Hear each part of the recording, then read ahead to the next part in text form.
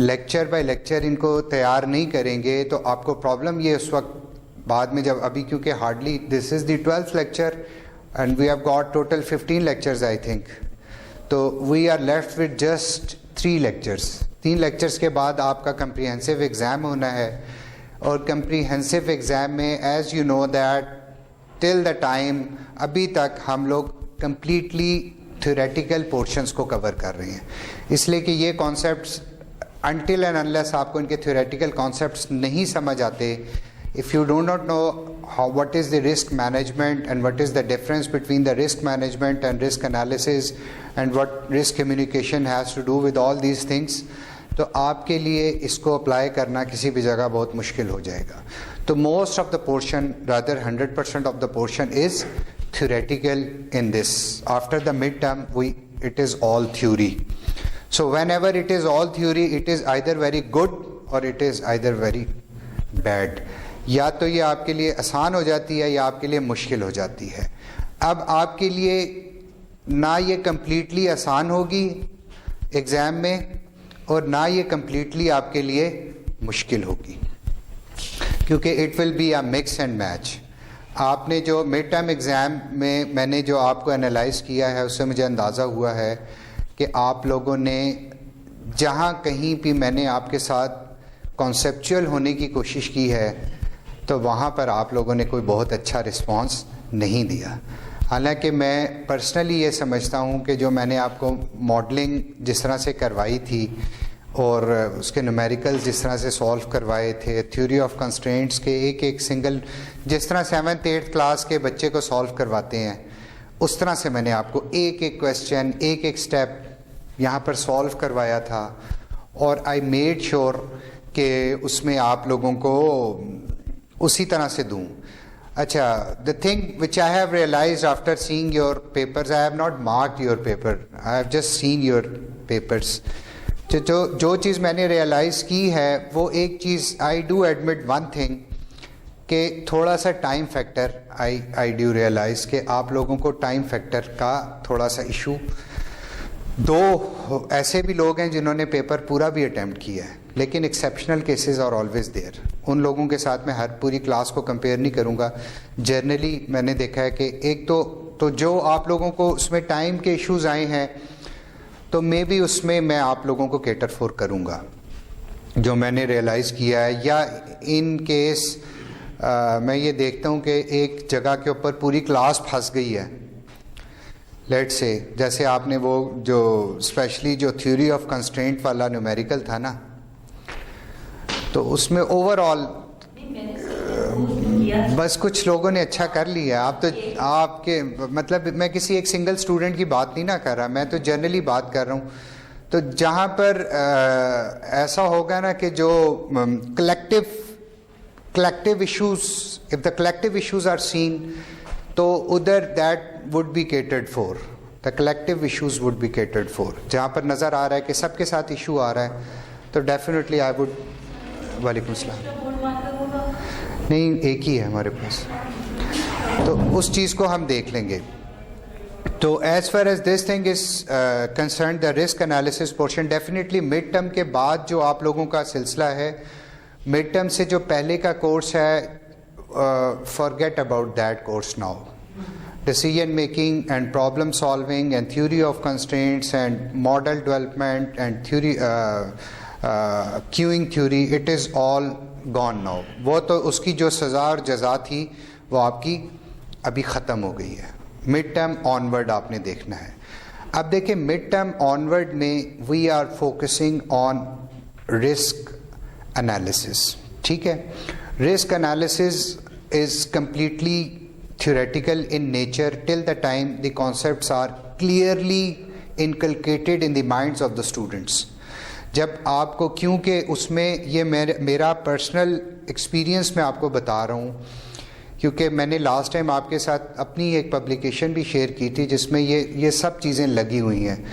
ये risk management, risk analysis, communication, RMOs कैसे बनते हैं, आरएमओस की सिलेक्शंस कैसे होती हैं, डिफरेंट टेक्निक्स कैसे होती हैं।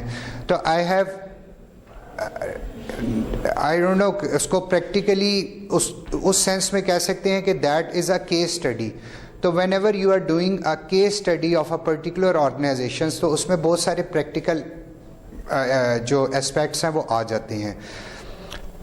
और उसमें जो दूसरा एस्पेक्ट है वो that is the statistical aspect, क्योंकि स्टैटिस्टिकल एस्पेक्ट में ये होता है कि आप देखें जब भी कोई चीज़ आप डेवलप करते हैं या आप कोई भी केस स्टडी करते हैं, उसकी जो आप स्टार्ट लेते हैं that is a theoretical foundation.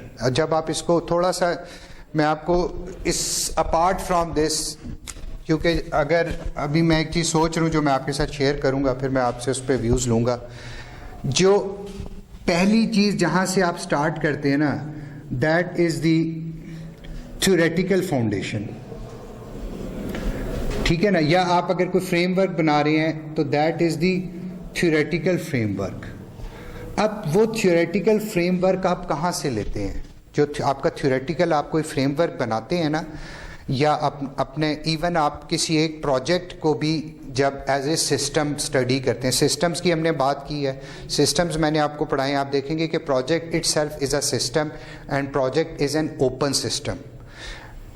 Open और क्लोज सिस्टम की बात की थी, तो प्रोजेक्ट आप देखेंगे एक ओपन सिस्टम है, नंबर वन जब अगर आप उसकी हैंडलिंग करते हैं, number one you have to take it as an open system, number one. Number two, you have to take it as a control system. ये बातें याद रखिएगा, ये आपको किसी वक्त ये बात याद आएगी कि आपने जब भी प्रोजेक्ट के ऊपर क्या अप्लाई करना है, रिस्क एनालिसिस अप्लाई करना है।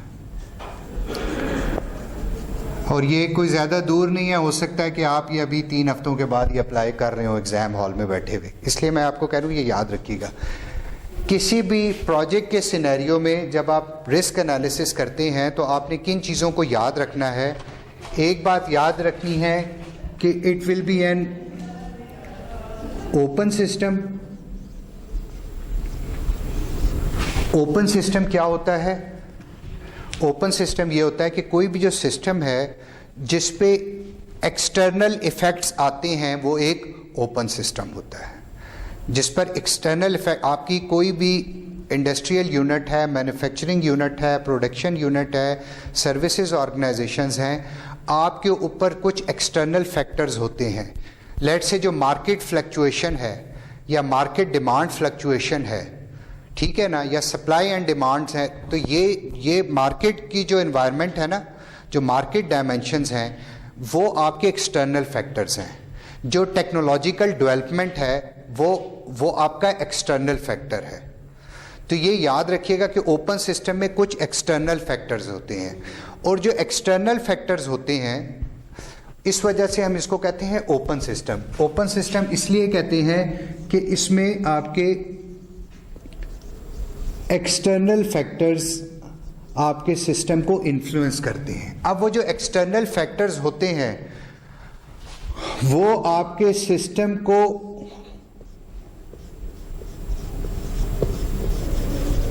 मॉडरेट भी कर सकते हैं और वो आपके सिस्टम को मीडिएट भी कर सकते हैं। आपने मीडिएशन मॉडरेशन पढ़ी है ना? आपने पढ़ लिया, आपने अभी नहीं पढ़ी होगी, आप नए हैं।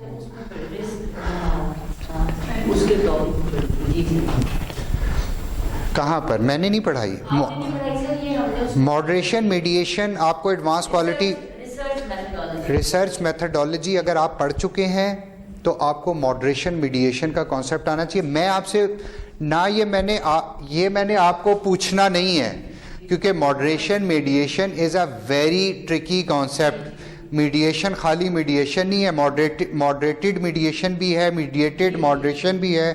तो वो अगर मैंने आपको ये पढ़ाया होता तो मैं अभी, लेकिन आपको वैसे मैं जनरली बता रहा हूँ, क्योंकि आप देखें मैं आपको इस पॉइंट ऑफ व्यू से रिस्क एनालिसिस कम से कम इस पॉइंट ऑफ व्यू से करा रहा हूँ कि एट लीस्ट आप लोगों का एक थ्योरेटिकल फाउंडेशन डेवलप हो चुका हो और आपको पता हो कि ये चीज़ लगती कैसे किसी जगह के ऊपर।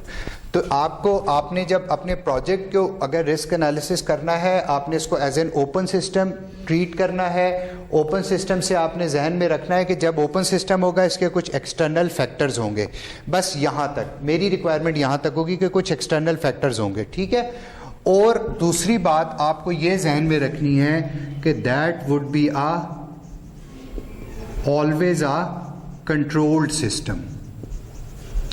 अब आपको कंट्रोल्ड सिस्टम का भी पता है कि what is a controlled system, what is a कोई भी सिस्टम, जब एक सिस्टम होता है, जब उसमें फीडबैक लूप बन जाता है, जब उसकी फीडबैक आती है आपको, तो वो जो फीडबैक आने की वजह से that is known as a control system.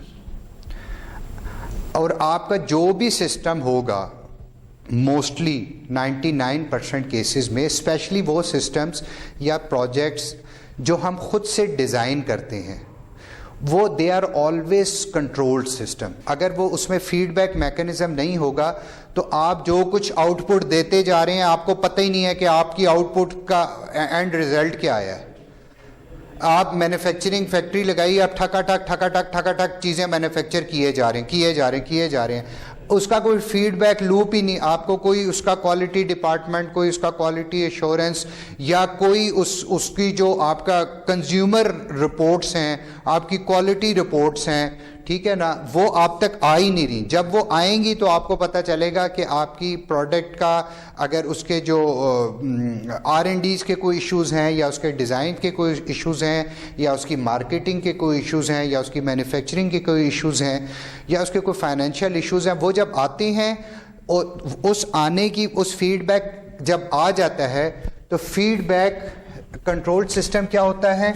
Control system ये होता है कि आपको फीडबैक आती है, उस सिस्टम की आपको फीडबैक आती है, और जब वो सिस्टम की फीडबैक आ जाती है तो आप क्या बन जाते हैं? आप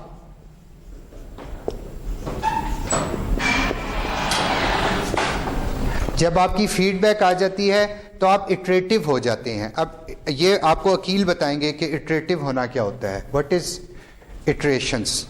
जो हमने पढ़ा उसकी नॉलेज में आप पढ़े पे ना, आप जो दिमाग में आपके जहन में इटरेशंस के बारे में क्या आता है? इटरेशन तो सिंपली रिपीटेशंस होती हैं, लेकिन हाँ, हमने अब तक पढ़ा है उसमें आरंगोज अप्लाई करते थे। हाँ, करेक्शंस, यानी कि ना हम उसमें कंटिन्यूसली करेक्शंस कर रहे हैं, ठीक है ना, आप इटरेशन कर रहे हैं। लेट्स से कि आप, इसकी मिसाल ऐसे है कि आप एक ट्रैक के ऊपर जो है ना आप गाड़ी चला रहे हैं, और जो गाड़ी है ना, समझे कि उस गाड़ी के अंदर एक ऐसा मैकेनिज्म लगा है, लेट से उस गाड़ी के फ्रंट के ऊपर आपकी कोई लेज़र रेंज फाइंडर लगा हुआ है, ठीक है ना, जो आपको क्या कर रहा है, आगे लेज़र फेंक रहा है और उसकी फीडबैक आपको बता रहा है, और वो लेज़र की फीडबैक से आपको पता चल रहा है कि आपके राइट साइड पे कोई हैज़र्ड है, तो आप उसको क्या कर रहे हैं? आप उसको राइट साइड पे हैज़र्ड है तो आप उसको लेफ़्ट पे कर रहे हैं, लेफ़्ट पे है तो राइट पे है। फिर वो आपको बता रहा है अभी यहाँ पर रोड क्लीन है, तो आपको समझ आ रही है कि मैंने अपनी स्पीड को थोड़ा सा मैं इंक्रीज़ कर सकता हूँ, या आगे आपको वो बम्पी ट्रैक का बता रहा है। तो आप ये जो फीडबैक आ रही है, इस फीडबैक की वजह से आपका जो सिस्टम है उसमें कंटिन्यूसली इटरेशंस हो रही हैं, करेक्शन सिग्नल्स आ रहे हैं। तो हर सिस्टम जो होता है उसमें करेक्शन सिग्नल्स आते हैं और लाजमी आते हैं। ऐसा कोई दुनिया का आइडियल सिस्टम नहीं होता कि जिसमें कोई करेक्शन सिग्नल ना आए, क्योंकि होता क्या है कि जब आपका फीडबैक मैकेनिज्म जब वीक होता है, फीडबैक मैकेनिज्म वीक होने से ये मुराद है कि जो फीडबैक आपको मिलनी चाहिए थी वो फीडबैक आपको नहीं मिल रही। जब आपका फीडबैक मैकेनिज्म कम या वो वीक होता है, आपको फीडबैक कम आती है, उससे एक इल्यूजन ये पैदा होता है कि मेरा सिस्टम अच्छा काम कर रहा है, और उसकी वजह से वो क्या होता है, आप अपने सिस्टम को समझते हैं कि मेरे जो सिस्टम की इफ़ेक्टिवनेस लेवल है मे बी वो बहुत अच्छा है। जैसे अभी एक मैं आर्टिकल पढ़ रहा था, उसमें ये जो अमेरिकन एक रिसर्च काउंसिल है, उन्होंने अभी एक रिसर्च की कि जो कस्टमर कंप्लेंट्स होती हैं डिफरेंट, उन्होंने जो उनकी टॉप मोस्ट 8-10 ऑर्गेनाइजेशन थी, सर्विसेज ऑर्गेनाइजेशंस, उन्होंने देखा कि जो डिफरेंट जो कंप्लेंट्स, जो कस्टमर कंप्लेंट्स हैं वो कहाँ जाती हैं। तो उसकी आउटकम्स ये थी कि जो कस्टमर कंप्लेंट्स हैं, लेट से अगर 100% है ना, तो खाली 1.8% कंप्लेंट्स वो थी जो हायर हायरार्की या टॉप मैनेजमेंट तक गई, और तकरीबन 18 to 19% कंप्लेंट ऐसी थी जो फ्रंट लाइन जो उनके लोग थे उन तक पहुंची, और अबाउट 80% कंप्लेंट ऐसी थी जो रजिस्टर्ड ही नहीं हुई, यानी कि एक कंज्यूमर को उनसे कंप्लेंट थी लेकिन वो किसी उसके अंदर रजिस्टर्ड ही नहीं हुई। अब जब वो अपनी ऑर्गेनाइजेशन स्टडी करती हैं तो उनकी नज़र में ये होता है कि हमें तो जो कंप्लेंट आई है इस साल की, मे बी वो टॉप मैनेजमेंट समझती है कि हमें तो टोटल 100 में से 2 बंदों ने कंप्लेंट की है, या अगर वो अपने फ्रंट लाइनर्स को भी ऐड कर लें तो उनको लगता है कि 20-22% कंप्लेंट हुई है, लेकिन एक्चुअल ऐसा नहीं था। जो उनकी मैक्सिमम कंप्लेंट्स थी वो थी जो आउट ऑफ उनके रजिस्ट्रेशन प्रोसेस थी। तो आपका जो फीडबैक मैकेनिज्म होता है वो आपने ऐसे बनाना होता है कि आप उसमें आपका सिस्टम ऑलवेज इटरेटिव होता है, ठीक है, और आप इसकी बेस के ऊपर आप देखें ना, या इटरेशन जो है ना, आप बेसिकली क्या कर रहे होते हैं, एस्टिमेशन करते हैं, आप चीज़ों को एस्टिमेट करते हैं। रिस्क जब से हम पढ़ रहे हैं, ये चीज़ मैं आपको बता रहा हूं कि there is not a single final statement in risk analysis, ठीक है ना, till the end of the project there is not even a. और हमने ये भी देखा कि ऐसी भी पॉसिबिलिटी है कि जब आप अपने आरएमओस को हैंडलिंग कर रहे होते हैं, आरएमओस की हैंडलिंग के वक्त आप उस स्टेज से वापस प्रॉब्लम आइडेंटिफिकेशन स्टेज पर भी बाज़ औक़ात आपको वापस आ जाना पड़ता है। तो you should be very much clear. एक तो ये कि अगर आपके सामने कोई प्रैक्टिकल सिनेरियो आता है तो आपको एक तो ये पता होना चाहिए कि इस प्रैक्टिकल सिनेरियो का आपका सोल्यूशन आपसे बिल्कुल डिफरेंट हो सकता है और इनका सोल्यूशन इनसे बिल्कुल डिफरेंट हो सकता है, यानी कि उसका कोई आइडियल सोल्यूशन नहीं होगा। सिर्फ ये होगा कि इनका क्या सोल्यूशन था, इनका क्या सोल्यूशन था, इनका क्या सोल्यूशन था, उसको कोई बैठ के कंपेयर करेगा और उसके प्रोज एंड कॉन्स देखेगा और उसमें देखेगा कि इन्होंने कितनी चीज़ों को कैटर फॉर किया है, इन्होंने कितनी चीज़ों को किया है, इन्होंने कितनी चीज़ों को किया है, और ज़्यादा कंप्रीहेंसिव किसने देखा है चीज़ों को। दैट इज़ दी मतलब अल्टीमेट जजमेंट और अल्टीमेट गोल जो एग्ज़ाम लेवल तक हो सकता है, ठीक है। इन चीज़ों को आपने अपने जहन के अंदर रखना है। अब एस्टिमेशन जो क्या है, जब भी हम बात करते हैं ना एस्टिमेशन की, तो एस्टिमेशन जर्नली जो स्टैटिस्टिकल टर्म्स में जब हम एस्टिमेशन की बात करते हैं तो जर्नली एस्टिमेशन क्वांटिटेटिव होती है, ठीक है। लेकिन हमें यह पता है कि रिस्क मैनेजमेंट या रिस्क एनालिसिस दोनों के अंदर हम कंप्लीटली क्वांटिटेटिव अप्रोच नहीं रख सकते।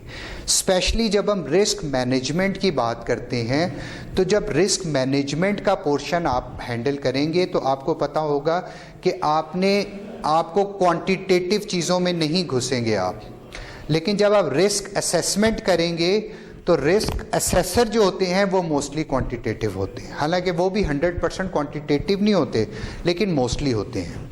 अच्छा, एक बात ये हो गया। अब इस बात को जहन में रखना है कि देखें ये जो दो टर्म्स है ना, ये और ये, अभी आपको लग रहा है ये नामुमकिन है, ऐसी गलती मैं नहीं कर सकता, ठीक है ना, लेकिन ये मैं आपको अपने तजर्बे से बता रहा हूं कि इसमें ना जब आप अमूमन लोग रिस्क एनालिसिस को रिस्क मैनेजमेंट से कंफ्यूज कर देते हैं। लिखते वक्त करते वक्त दिमाग उस वक्त चल रहा होता है ना, एक एग्जाम की टेंशन होती है, कोई ऐसा घुमा फिरा के कोई बात होगी तो देखें आपके जहन में मैनेजमेंट, आपको लगता है कि मैनेजमेंट एक ब्रॉडर टर्म है। जनरली समझता है कि हम देखें हम इंजीनियरिंग मैनेजमेंट पढ़ रहे हैं, हम प्रोजेक्ट मैनेजमेंट पढ़ रहे हैं, हम ह्यूमन रिसोर्स मैनेजमेंट पढ़ रहे हैं, हम supply chain management, financial management, तो ये सारे के सारे होलसम सब्जेक्ट्स हैं, फील्ड्स हैं, बाकी चीज़ें उसके अंदर हैं। तो चूंकि आपके दिमाग में ये चीज़ घुसी होती है ना, प्रोजेक्ट मैनेजमेंट भी घुसी होती है, तो जनरली लोग गलती ये करते हैं कि वो ये समझते हैं कि risk management is a broader term, ठीक है, और रिस्क एनालिसिस उसके अंदर कहीं आता होगा। अच्छा, अब जो वो इसको उठाकर इधर ले आते हैं और इसको उठाकर वो उधर ले आते हैं। अच्छा, जब उनसे ये वाली गलती हो जाती है तो अगली गलती क्या होती है? उसके बाद गलती ये होती है कि जब वो लिखते हैं ना एनालिसिस और असेसमेंट, अब उनको यहाँ अजीब गुंजल पड़ जाता है। उनको ये नहीं समझ आती कि भाई एनालिसिस तो असेसमेंट ही होती है, असेसमेंट एनालिसिस होता है। तो यहाँ पर अगेन कंफ्यूजन। तो इस बात का आपने बहुत अच्छी तरह से ध्यान रखना है। ये मैं आपको बार बार रिपीट कर रहा हूँ कि रिस्क एनालिसिस जो हम पढ़े, it is a broader term. Risk analysis is a broader term, और आपकी इसके अंदर 3 टर्म्स हैं। रिस्क मैनेजमेंट है, रिस्क असेसमेंट है, और रिस्क कम्युनिकेशन है। ये मैंने उसके लिए ये आप मैक बुक याद रखें कि ये मैक बुक है। मैक से याद रखें कि ये मैनेजमेंट है, ये एनालिसिस है, और ये कम्युनिकेशन है। ठीक है?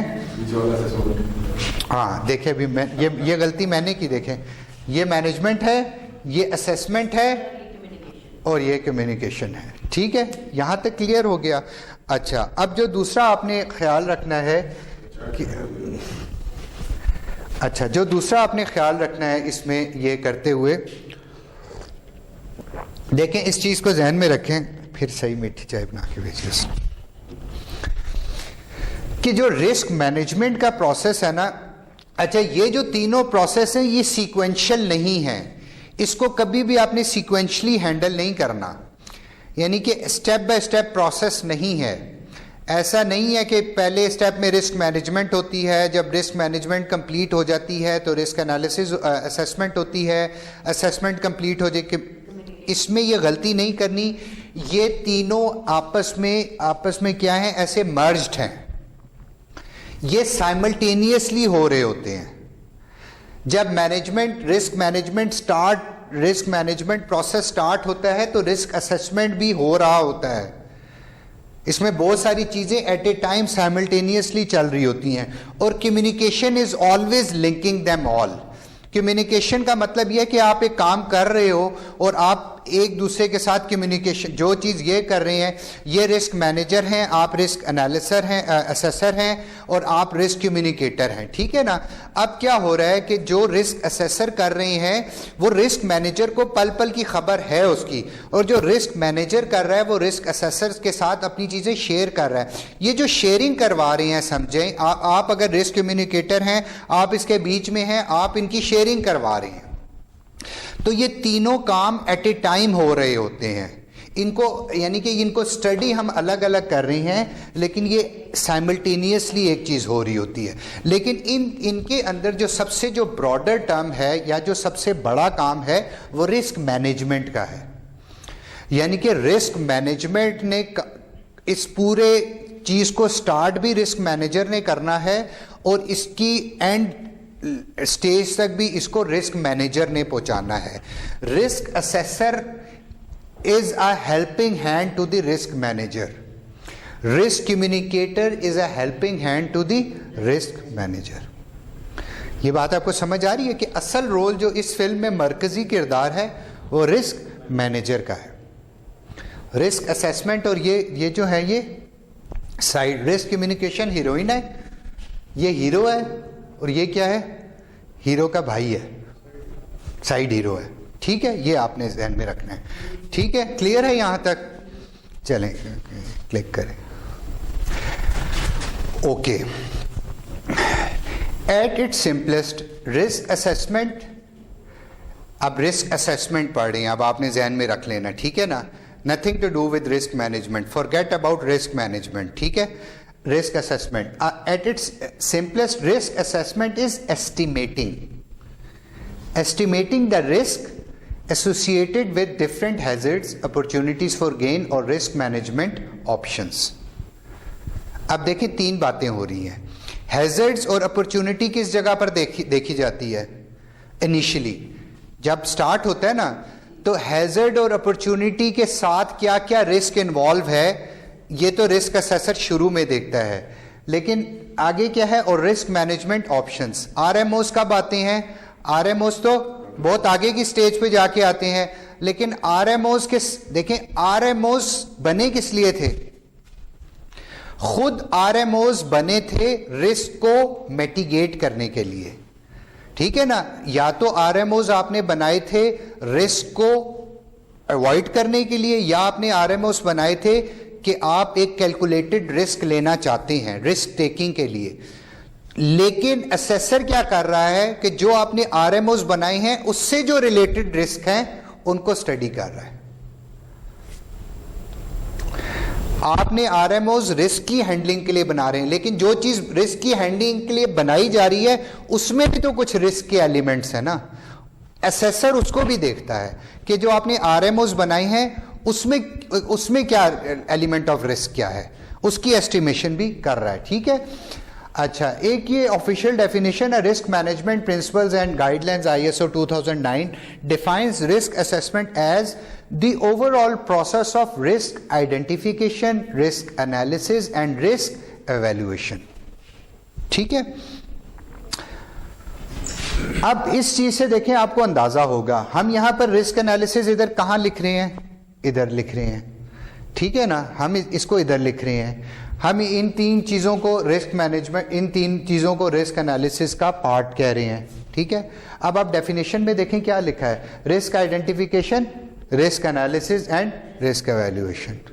तो why it is like that, उसकी रीजन ये है, देखें कि रिस्क मैनेजमेंट जब हम पढ़ रहे थे ना, मैंने आपको बताया था there are more than 12 a dozen definitions of risk management, and there are more than 20 different definitions of risk assessment, and there is not even a single agreed upon definition of neither risk management or risk analysis. और यही management की खूबी भी है और यही management की खामी भी है। जब आप एज ए मैनेजमेंट स्टूडेंट आप चीज़ों को देखते हो जाएगा कि कोई एक फाइनल डेफिनेशन किसी भी चीज की नहीं है, डेफिनेशंस वेरी करती हैं। ठीक है, अच्छा, ये he is a good researcher, इसका एक बहुत अच्छा पेपर है, Cox 2002 says a risk can be defined. अच्छा, एक कॉक्स मॉडल भी है, पहले मेरा दिल था ये मैं कॉक्स मॉडल आपको पढ़ा दूं, लेकिन फिर थोड़ा सा मुझे था कि शायद आपको कोई कॉम्प्लिकेशन ना उसमें फील हो। Again that is with me, हम देख लेंगे अगर हम इसको स्टडी करना पड़ता है। Says a risk can be defined by answering the following 4 questions. देखिए 4 क्वेश्चंस है, ये आगे चल के लिंक होंगे। Number 1, what is the source of risk? ठीक है, व्हाट और who is the target that is at risk? What is the adverse effect of concerns that the source may cause, and by what causal mechanism does the source increase the probability of the effect? अच्छा, इसमें से 3 बातें तो आपके लिए समझना बहुत आसान है। ठीक है ना, ये ऐसे ही है कि किसी जगह से गोलियां फायर हो रही हैं, आप एक मैदान में खड़े हैं और आपको किसी एक तरफ से गोलियां फायर होती नजर आ रही हैं, तो पहली चीज आप क्या देखेंगे कि सोर्स ऑफ रिस्क है, यानी कि गोलियां आ किधर से रही हैं। ठीक है, नंबर 1। दूसरी चीज आप देखेंगे व्हाट और हु इज द टारगेट, और ये जो गोलियां आ रही हैं इसका मेन टारगेट कौन है। सिंपल सी बात है कि इनिशिएट कहां से हो रही है चीज, वो सोर्स है, और कल्मिनेट कहां पर हो रही है, वो उसका टारगेट है, और कल्मिनेशन के बाद क्या होगा, उसका कोई इफेक्ट होगा। तो आप ये स्टडी करेंगे अगर गोली लग जाती है क्या क्या पॉसिबिलिटीज हो सकती हैं, बंदा मर सकता है, मर जाएगा तो क्या क्या पॉसिबिलिटी, क्या क्या सिनेरियोस क्रिएट हो सकते हैं, बंदा मेजर ब्लोज आएंगी क्या क्या सिनेरियो क्रिएट हो सकते हैं, माइनर ब्लोज आएंगी क्या क्या सिनेरियोस क्रिएट हो सकते हैं। यहां तक तो आपको 3 बातें तो बहुत ही सिंपल लॉजिक है। ठीक है ना, अब by what causal mechanism does the source increase the probability of the effect. देखिए एक चीज है, ये चीज आपकी बीच में रहेगी, ओके। एक चीज है देखिए कॉज, और एक चीज है उसका इफेक्ट। एक कॉज क्रिएट होता है, उस कॉज की वजह से आपका इफेक्ट बनता है। ठीक है ना, अब अगर आपने again research methodology causal relationships पढ़े हैं कि कॉजल रिलेशनशिप्स क्या होते हैं, what are causal relationships?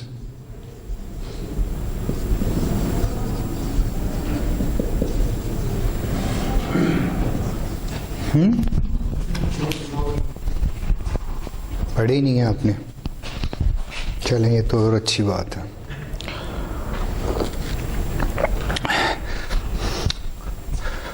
Cause के और इफेक्ट के लीनियर रिलेशनशिप्स भी होते हैं, ठीक है। एक चीज़ कॉज है, एक उस चीज़ उसका इफेक्ट है। और एक कॉज और इफेक्ट का जो सबसे, जिसको समझें आप अपने जो करते हैं रिग्रेशन एनालिसिस या आप अपनी स्ट्रक्चर इक्वेशन मॉडलिंग करते हैं, उसमें आप क्या पढ़ रहे होते हैं? एससीएम में आप क्या देख, आप लोगों ने नहीं किए। रिसर्च मेथडोलॉजी में आपने आपको बताया है रिग्रेशन एनालिसिस कैसे करते हैं। वो basically causal analysis, basically causal relationships है ना, जब आप डेवलप करते हैं। अच्छा चलें, एनी हाउ इसको हम देखेंगे।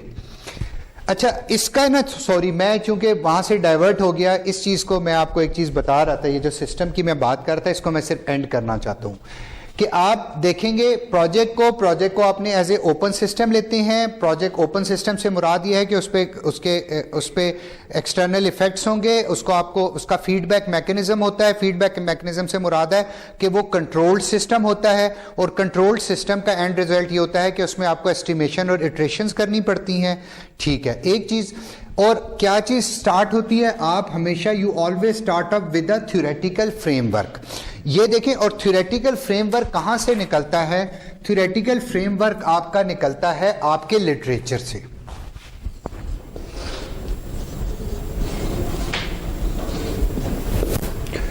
जो आपके थ्योरेटिकल फ्रेमवर्क का जो सोर्स होता है वो लिटरेचर होता है। अभी मैं आपको क्या करवा रहा हूं, मैं आपको लिटरेचर करवा रहा हूं। ये जो हम ये जो कुछ पढ़ रहे हैं, दिस इज ऑल लिटरेचर। तो this whole process needs to be begin with the literature. यानी कि I don't have any technique और फार्मूला कि मैं आपको रिस्क मैनेजमेंट और रिस्क एनालिसिस करवा सकूं without eliminating the source. So whatever the choice of the study is, or whatever the technique of the study is, or whatever the strategy of the studying the risk analysis is, one has to begin with the source.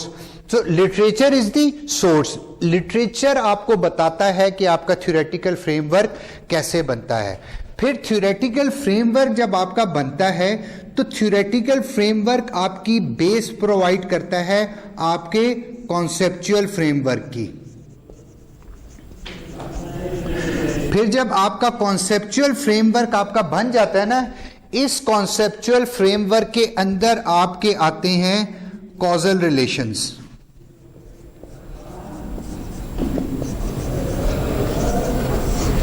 इस theoretical framework के आपके अंदर आते हैं, क्या आते हैं? Causal relation. इन कॉजल रिलेशंस में आप क्या करते हैं? हाइपोथेसिस डेवलपमेंट आपकी यहां पर होती है।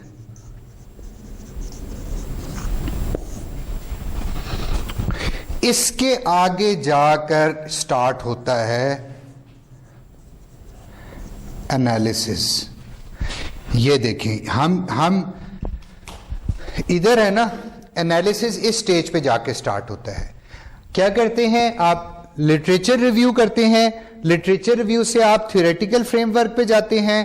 थ्योरेटिकल फ्रेमवर्क आप बेस प्रोवाइड करता है आपकी कॉन्सेप्चुअल फ्रेमवर्क की। अच्छा, अब थ्योरेटिकल और कॉन्सेप्चुअल फ्रेमवर्क बने हुए देखें कभी कि थ्योरेटिकल फ्रेमवर्क और कॉन्सेप्चुअल फ्रेमवर्क में फ़र्क क्या होता है? अच्छा, मैं आपको एक मिनट दिखाता हूँ ताकि आप एक नज़र ये देख लें।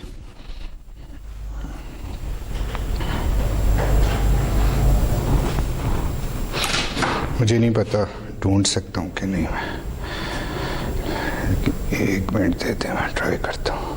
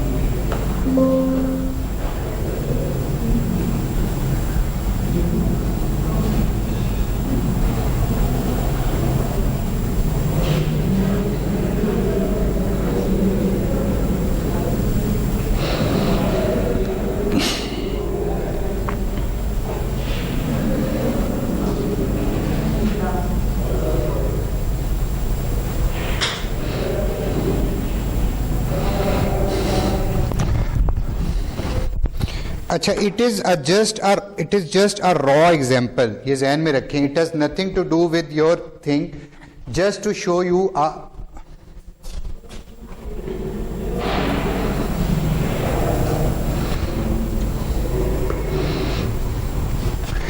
देखें, ये जो एक फ्रेमवर्क है ना, this is a theoretical framework. अब ये थ्योरेटिकल फ्रेमवर्क आपको क्या बता रहा है? आपको ये थ्योरेटिकल फ्रेमवर्क बता रहा है कि इसमें this is the output of a system, this is the output of a system. ठीक है, आउटपुट ऑफ अ सिस्टम क्या है? लेट से अगर आप जहन में वही हमारी बचपन से जो हम मिसाल पढ़ रहे हैं इस क्लास के बचपन से, इंडस्ट्रियल यूनिट वाली, कि अगर हम एक चीज़ को मैन्युफैक्चर कर रहे हैं तो आपने एक चीज़ को, आपने जो भी मैन्युफैक्चरिंग कर रहे हैं, आप उसकी इफेक्टिवनेस को जब मैयर करते हैं, जब आप उसकी इफेक्टिवनेस को मैयर कर रहे हैं, तो ये let's say organisational effectiveness parameters हैं. ठीक है, हमने क्या क्या जनरली पढ़ा था? Product quality, cost effectiveness, timeliness और यूजर सेटिस्फेक्शन. हम ये कहते हैं कि अगर ये चार चीजें हो रही हैं तो इसका मतलब है कि ऑर्गेनाइजेशन इफेक्टिव है. इफेक्टिवनेस को हमें बेसिकली, जब भी हम बात करते हैं ना इफेक्टिवनेस, स्टैटिस्टिकल टर्म में आपको हर चीज को डिफाइन करना पड़ता है. अगर आप ये कहते हैं कि ये इंसान बहुत इंटेलिजेंट है, तो स्टैटिस्टिकल टर्म्स में इंटेलिजेंट इज नथिंग. अब आपको वो पैरामीटर्स बताने पड़ेंगे कि जिसके हिसाब से आप मैयर करके बता रहे हैं. ठीक है ना?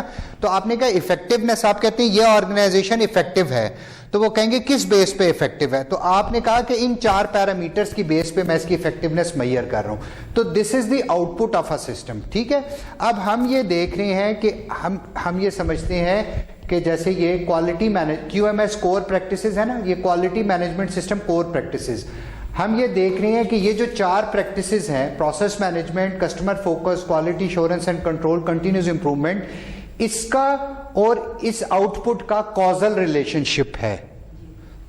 There is a relationship. लेकिन इधर आप कॉजैलिटी नहीं बता रहे.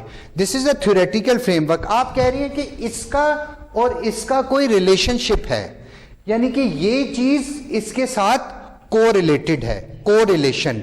आप सॉरी, कोरिलेशन, आपने कोरिलेशन एनालिसिस किया है? अच्छा, two tailed, single tail, double tail, correlation analysis नहीं किया. अच्छा, लेट से छोड़ें. कोरिलेशन का मतलब है कि आपस में कोई ताल्लुक है. तो आपका ये जो एरो बता रहा है वो ये बता रहा है कि इसके, अच्छा, ये जो आपको ये जो बड़ा ये नजर आ रहा है ना, ये बड़ा वाला स्केल जिसके अंदर ये चारों हैं, ये जो पूरा एक बड़ा ब्लैक रेक्टेंगल है, ये ब्लैक रेक्टेंगल बता रहा है कि ये चारों चीजें मिलकर एक कंस्ट्रक्ट बनाती हैं. कंस्ट्रक्ट देखें क्या चीज होती है.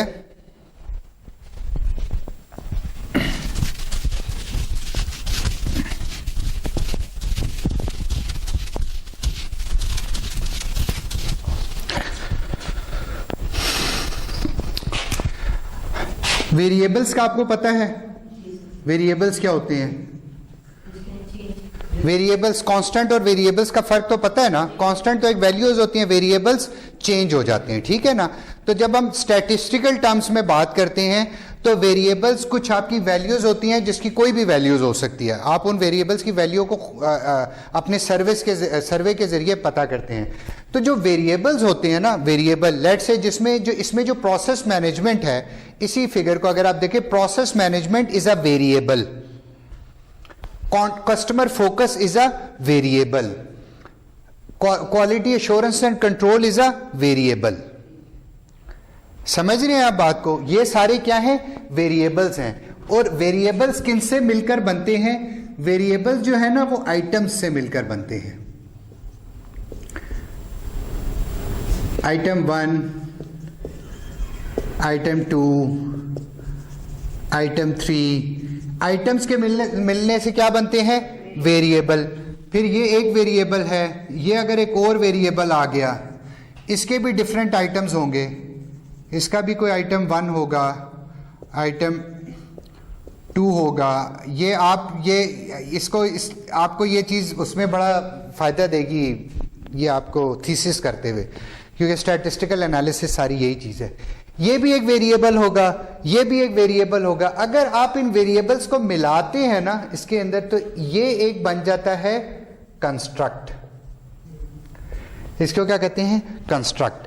यानी कि कंस्ट्रक्ट के अंदर मल्टीपल वेरिएबल होते हैं, ठीक है। और जो कंस्ट्रक्ट होता है वो कंस्ट्रक्ट आपका फर्स्ट ऑर्डर कंस्ट्रक्ट भी होता है, आपका सेकंड ऑर्डर कंस्ट्रक्ट भी होता है, आपका थर्ड ऑर्डर कंस्ट्रक्ट। इस केस में देखें, जैसे ये जो कंस्ट्रक्ट बन रहा है ना, ये आपका सेकंड ऑर्डर कंस्ट्रक्ट है, ठीक है। लेकिन अभी चलें उसको भी छोड़ दें।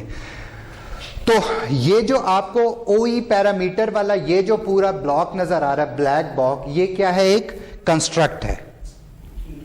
ये एक कंस्ट्रक्ट है। इस कंस्ट्रक्ट का नाम क्या है? ओई पैरामीटर। और उसके अंदर ये चारों क्या है? वेरिएबल हैं। आ रही है समझ? आ रही है। इसी तरह ऊपर जो QMS कोर प्रैक्टिसेस हैं वो क्या है? एक कंस्ट्रक्ट है।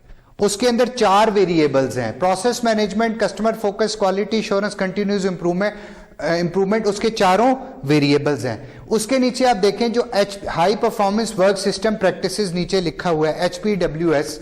HPWS क्या है? एक कंस्ट्रक्ट है। इस कंस्ट्रक्ट के अंदर 3 जो चीजें हैं ये क्या है? वेरिएबल हैं। उसी तरह जो quality management system top level practices हैं, वो जो तीनों अंदर के जो तीनों वाइट डब्बे हैं वो वेरिएबल्स हैं, और ओवरऑल ये मिलकर क्या बन रहा है? कंस्ट्रक्ट बन रहा है। अब हम सिर्फ मैं आपसे कंस्ट्रक्ट की बात कर रहा हूं।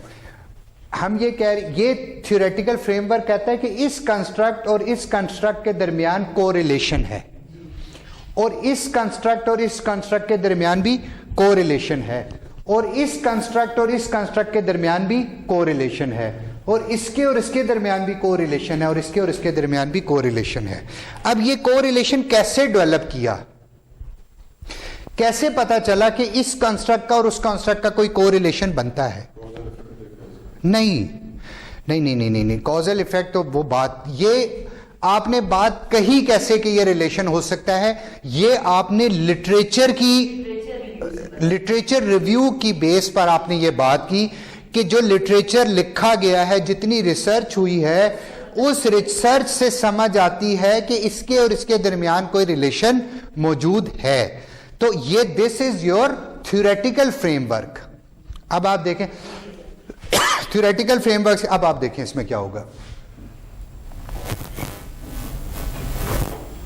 ये वही फ्रेमवर्क है। No that framework has been converted into a conceptual framework. This is your conceptual framework. वो थ्योरेटिकल फ्रेमवर्क था, ये कॉन्सेप्चुअल। अब इस कॉन्सेप्चुअल फ्रेमवर्क में जो आपको नजर आ रहे हैं arrows, those are causal relationship.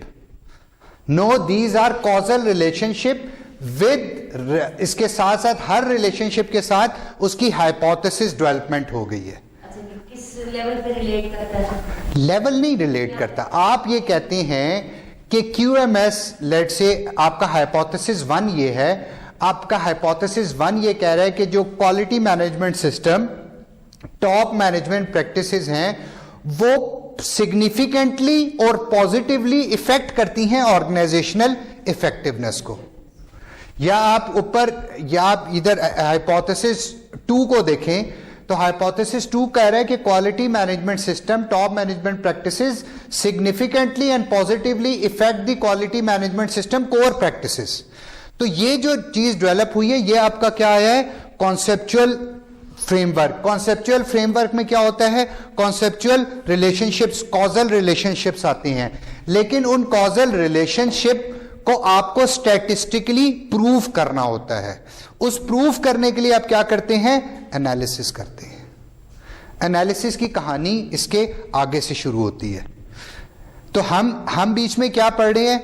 हम ये पढ़ रहे हैं कि रिस्क एनालिसिस का बेसिकली लिटरेचर है क्या।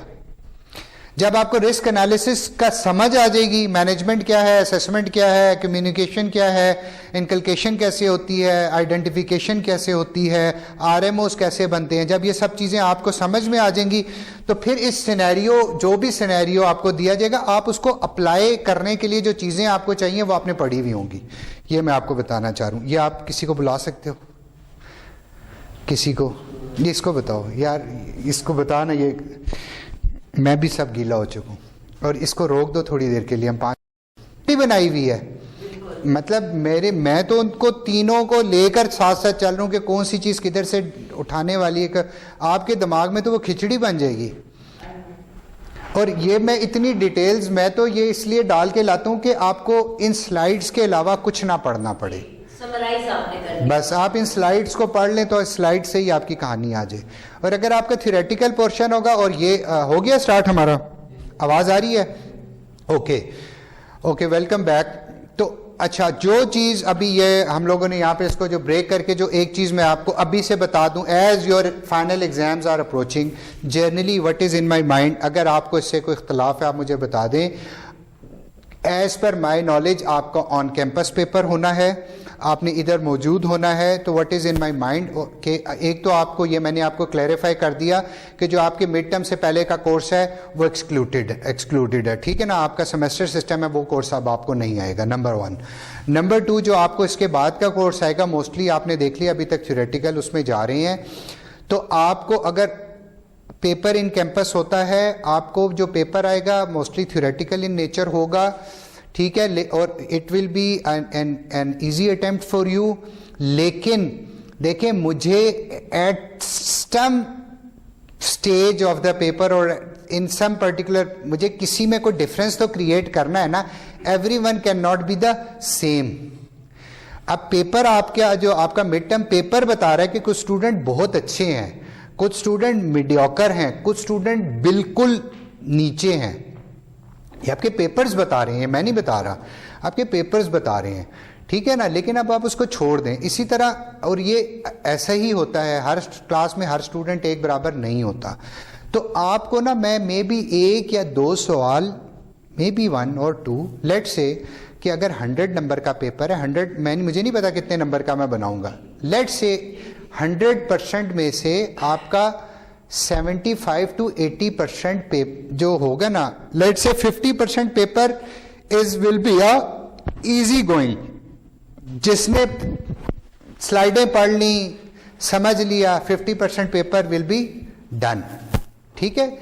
50 से लेकर आप 70 तक जो है ना वो मीडियम लेवल होगा, या मे बी 75 तक। लेकिन 15 number 20 number would be conceptual, ताकि खरे और खोटे में भी थोड़ी सी वो की जा सके। अगर इस पे आपको इतराज़ है तो मुझे बताएं, क्या ये गलत है? ऐसा ठीक है ना। देखिए, कोई एक आध तो चेकिंग क्वेश्चन डालना चाहिए ना, कोई एक आध, यानी कि फॉर मी अगर if someone is getting alpha तो he should deserve alpha. B+ is okay for me, B+ मेरे लिए कोई चीज नहीं है। You can all have B+ from my side. Alpha is something good. So for alpha, you have to prove. For B+, okay from my side. ठीक है? Okay. Bismillahirrahmanirrahim. Again, while talking in terms of project management, risk assessment is defined as a systematic, evidence-based process for describing qualitatively or quantitatively the nature, likelihood and magnitude of risk associated with substances, situations, actions or event that includes considerations of the relevant uncertainties. This is जो project management में जो risk assessment है वो इस तरह से defined होती है। आगे चलें। अच्छा, अब सबसे पहले देखें, ये एक sequential चीज है। This is sequential. Number 1 is to look for the hazard or opportunity. ये हमने काफ़ी डिस्कस कर लिया है, आपके दिमाग में घुस गया है। सबसे पहले हम देखते हैं कि हैजर्ड है क्या या अपॉर्चुनिटी है क्या। Identifying the hazard that can cause harm और the opportunity for the gains that are uncertain.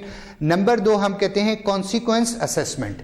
अब कॉन्सिक्वेंस असेसमेंट में क्या होता है कि decide who or what may be harmed or benefited and in what ways, gather and analyze the relevant data, characterize the consequences and their uncertainty qualitatively or quantitatively.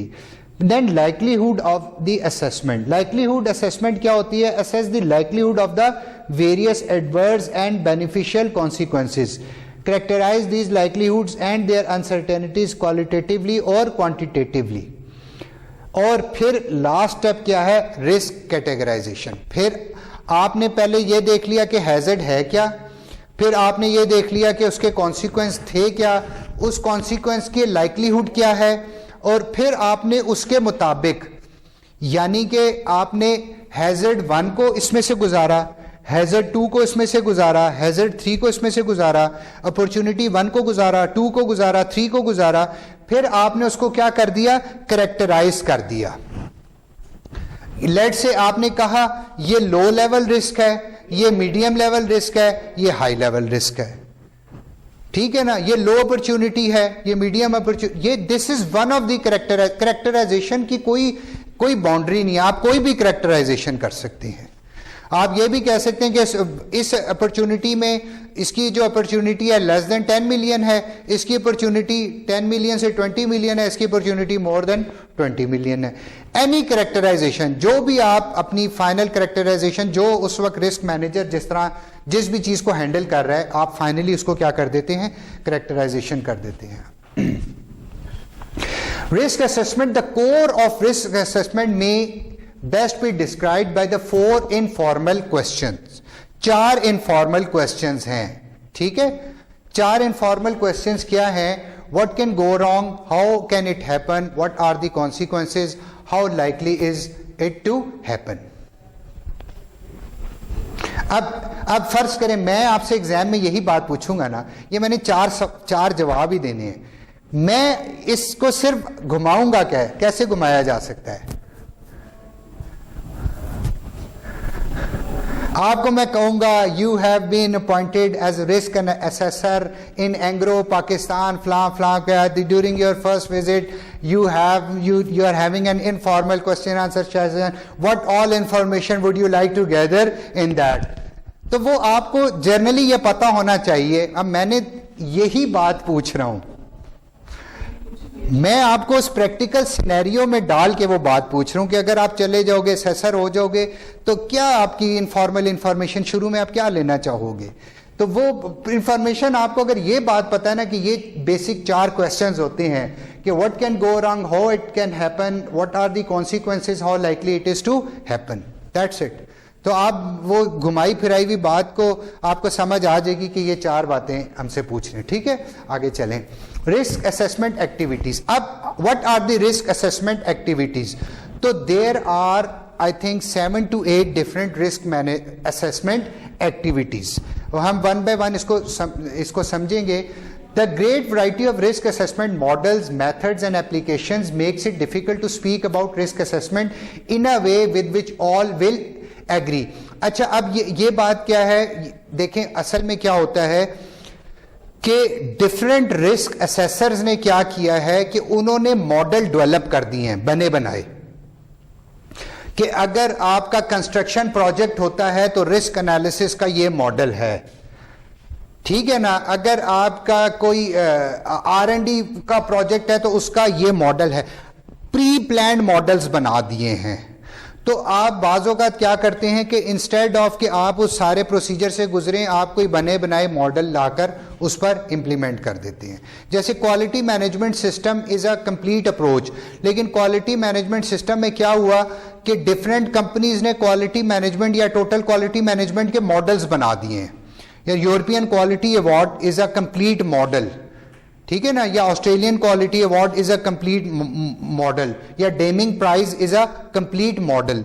तो वो ये करते हैं कि इंस्टेड ऑफ कि आप उस पूरे प्रोसेस से गुजरें, आप कहते हैं कि मैं डेमिंग का जो मॉडल है वो कंप्लीट ऑर्गेनाइजेशन पे अप्लाई कर देता हूं। तो जो मॉडल है ना, ये जो जिसकी बात कर रहे हैं ना, रिस्क असेसमेंट मॉडल्स या मेथड्स या एप्लीकेशंस, ये बिल्ट इन है, जो आपको मार्केट में दस्तयाब हो गई है, ठीक है। Makes it difficult to speak about risk in a way with which all will agree।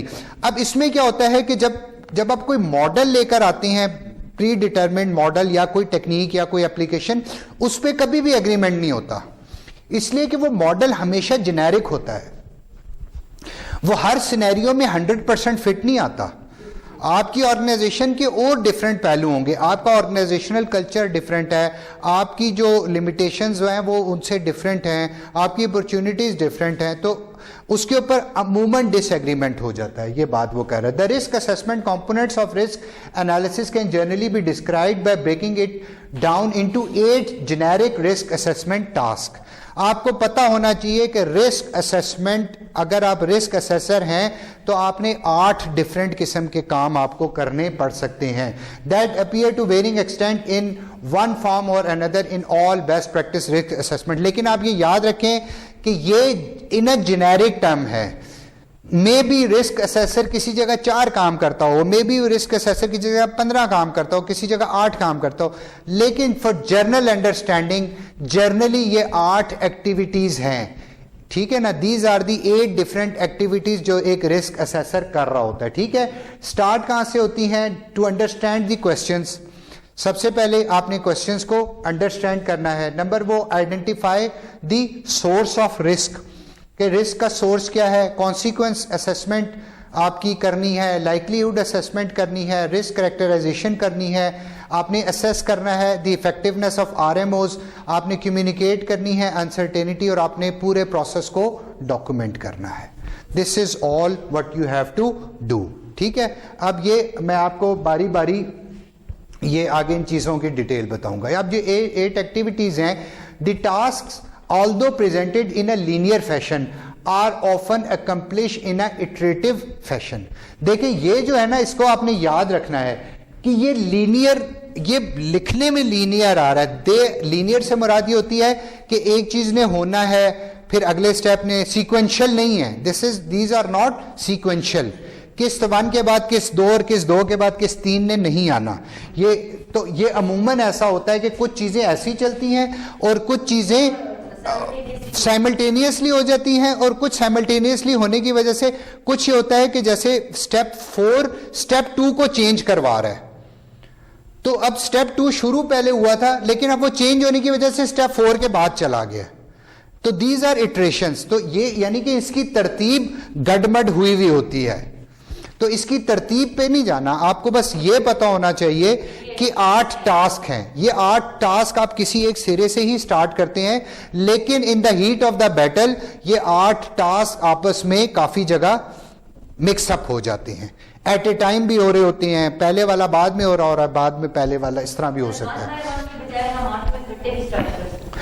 नहीं हो पॉसिबल नहीं है कि कुछ आपको समझ आ जाएगी कि वो सब इकट्ठे क्यों नहीं स्टार्ट हो सकते. ठीक है.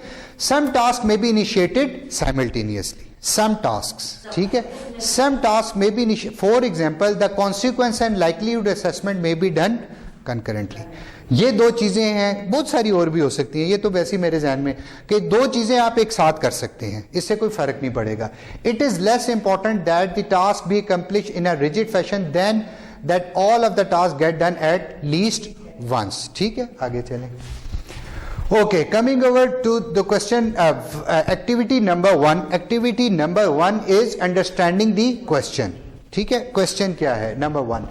Risk assessor need to understand what information they are being asked to provide back to risk manager. देखें, risk manager जो होता है ना, रिस्क असेसर को एक लिस्ट ऑफ क्वेश्चंस प्रोवाइड करता है. अब वो लाजमी नहीं है कि वो जो रिस्क ऑफ क्वेश्चंस है वो कोई स्टेटमेंट ही हो. Generally it is a statement, लेकिन आप ये समझे क्वेश्चन से ये मुराद ये है कि देयर आर सर्टेन रिक्वायरमेंट्स जो रिस्क मैनेजर, जब आप मेरे रिस्क असेसर हो, मैं हूं रिस्क मैनेजर हो, आपको मैंने असेसमेंट के लिए बुलाया है. ठीक है ना. तो आपको मैं असेस करने के लिए कोई चीजें तो बताऊंगा ना कि यार ये इंफॉर्मेशन मुझे चाहिए. यानी कि असेसर को आप ये समझें कि असेसर वर्क्स लाइक अ डिटेक्टिव.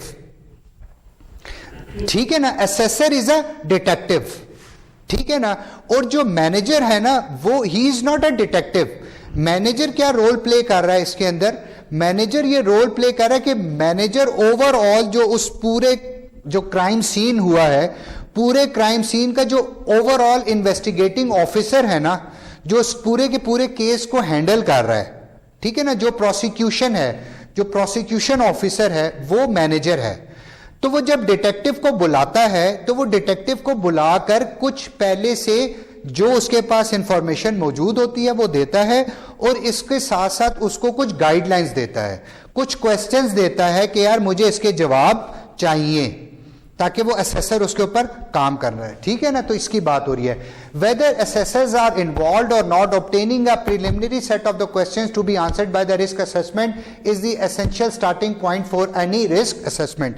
अब बाज़ औक़ात ऐसे होता है कि जो रिस्क असेसर के लिए जो क्वेश्चंस बनाए जाते हैं, अब बाज़ औक़ात ऐसा होता है कि जब रिस्क असेसर के लिए क्वेश्चन बनाए जा रहे होते हैं तो उसमें रिस्क असेसर खुद भी बैठा होता है, यानी कि मैनेजर और असेसर मिलके क्वेश्चन बनाते हैं और वो फिर असेसर को देते हैं कि यार ये इन क्वेश्चंस के जवाब तलाश करो।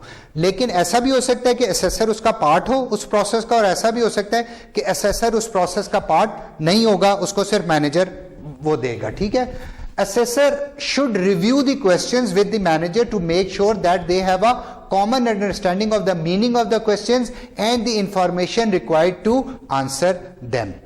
This is very important कि देखें, जो आपने कभी देखा हो कि जो बहुत अच्छे स्पीकर्स हैं ना, जो स्पेशली जो बड़े अच्छे इंटरनेशनल ऐसे हैं डाइज हैं जो इवन लेक्चर्स और वो भी देते हैं, आप उनमें से देखें कि आप उनसे जब क्वेश्चन करेंगे तो they repeat your question just to make sure, फिर वो रिपीट करके आपसे पूछते हैं कि क्या आप इसमें यही बात पूछना चाह रहे हैं, क्योंकि बाज़ औक़ात हो सकता है कि आप एक क्वेश्चन करें, आपकी connotation of that query is different from mind. आपने एक तरह से एक बात को सोचा, मैं उसको डिफरेंट तरह से उसको तो first thing that needs to be clarified कि हाँ, आपने जो क्वेश्चन पूछा मैं आपसे वो रीअफर्म कर लूं कि जो आप मुझसे पूछ रहे हैं वो यही पूछना चाह रहे हैं और क्या यही इंफॉर्मेशन है जो आपकी रिक्वायरमेंट है। तो this is what is done इस जगह। If the assessor know it is going to be impossible to answer some of the questions, they need to tell the risk manager this. A revise set of questions need to be negotiated and approved by the manager.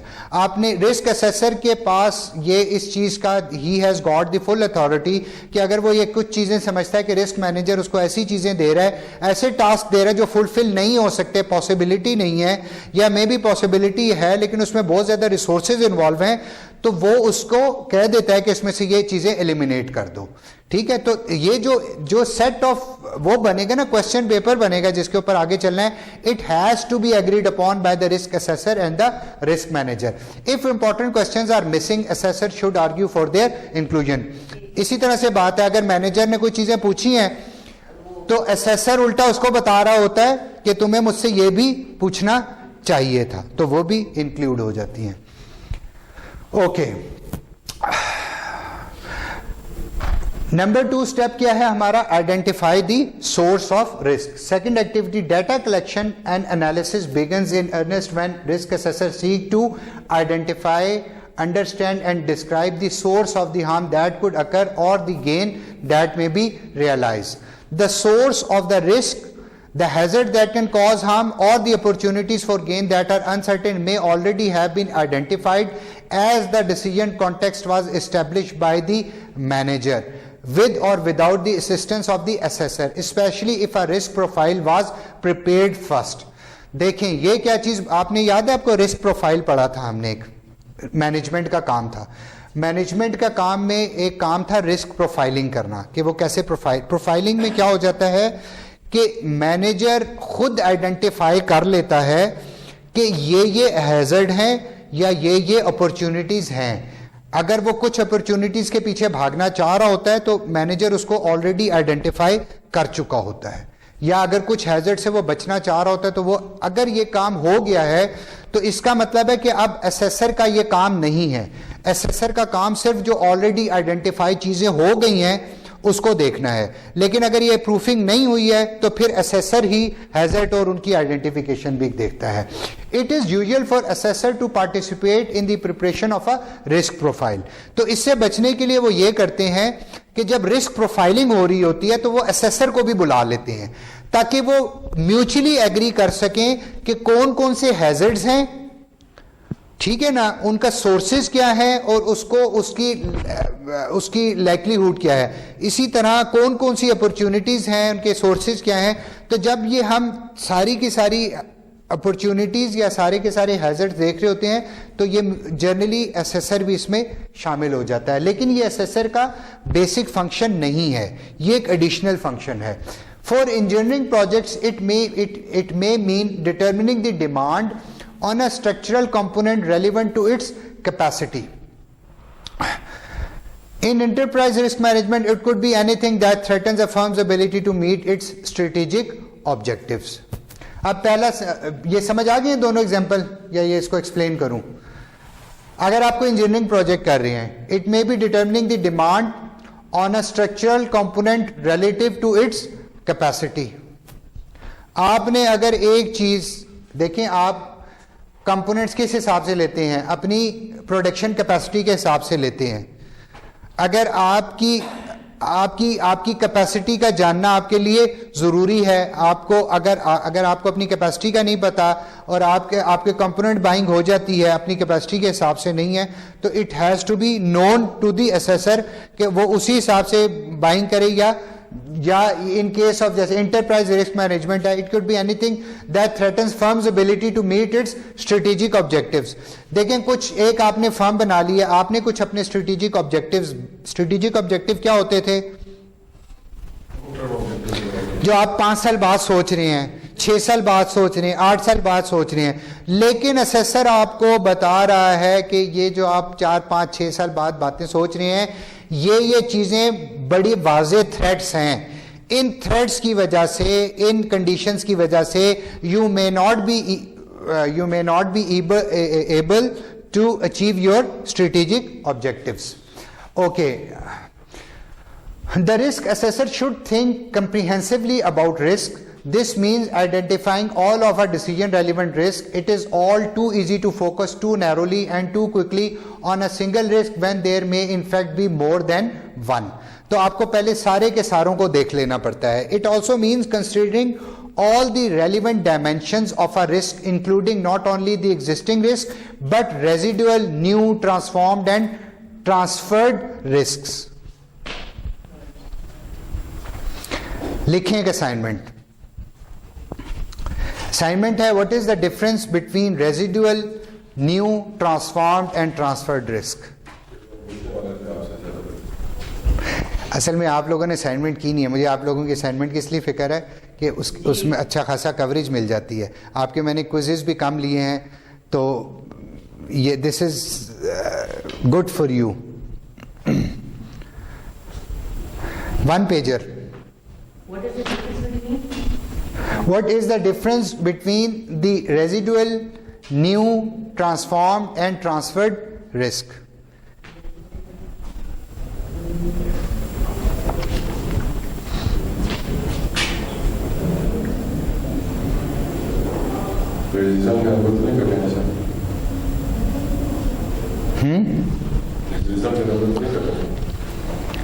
Plagiarism के तो number में, plagiarism तो पहला step है जो मैं check करता हूँ. उस पे तो लोगों के पेपर पकड़े हैं मैंने. हैं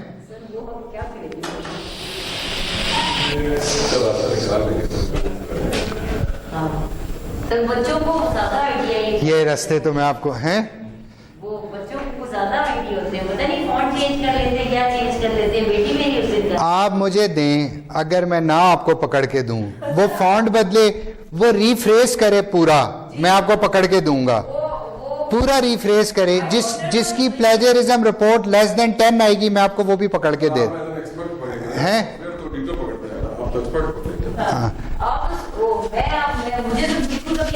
देखें, वो मैं नहीं हूँ. वो असल में पता क्या है कि आपको जो पीएचडी करते वक्त ना, जहाँ सारे अच्छे तरीके सीखते हैं, वहाँ सारे बुरे तरीके भी, तो जिसने बहुत सारे बुरे तरीके सीख लिए होते हैं ना, उसको फिर बेवकूफ़ बनाना ज़रा मुश्किल होता है. अच्छा, importantly hazard opportunity identification is the point in the risk assessment where risk assessor begins to carefully identify and separate with what we know about a risk from what we do not know. देखें, ये अलग अलग चीज़ें कर ली, इस पर हम discussion कर चुके हैं, ठीक है ना, कि ये आपकी क्या कुछ हमें पता है और क्या कुछ हमें नहीं पता. आगे चलें. The risk assessor should think, नहीं आगे चलें सर, मस्ट नहीं, सॉरी ठीक है, ओके ये वही है. In other words assessor must gather the evidence necessary to establish the existence of a hazard और अपॉर्चुनिटी. आगे चलें. Third is consequence assessment. अब जो कॉन्सिक्वेंस असेसमेंट है और आपका लाइकलीहुड है, ये हम बात कर रहे थे कि अगर ये इकट्ठे भी स्टार्ट हो जाए तो उसे फर्क नहीं पड़ता. In this task the risk assessor characterise the nature of the harm caused by a hazard और the gain that is possible with an opportunity. देखें, जो हैजर्ड आएगा या जो अपॉर्चुनिटी है, दो ही बातें हो सकती हैं. अगर हम हैजर्ड की बात कर रहे हैं या हम अपॉर्चुनिटी की बात कर रहे हैं, ठीक है ना.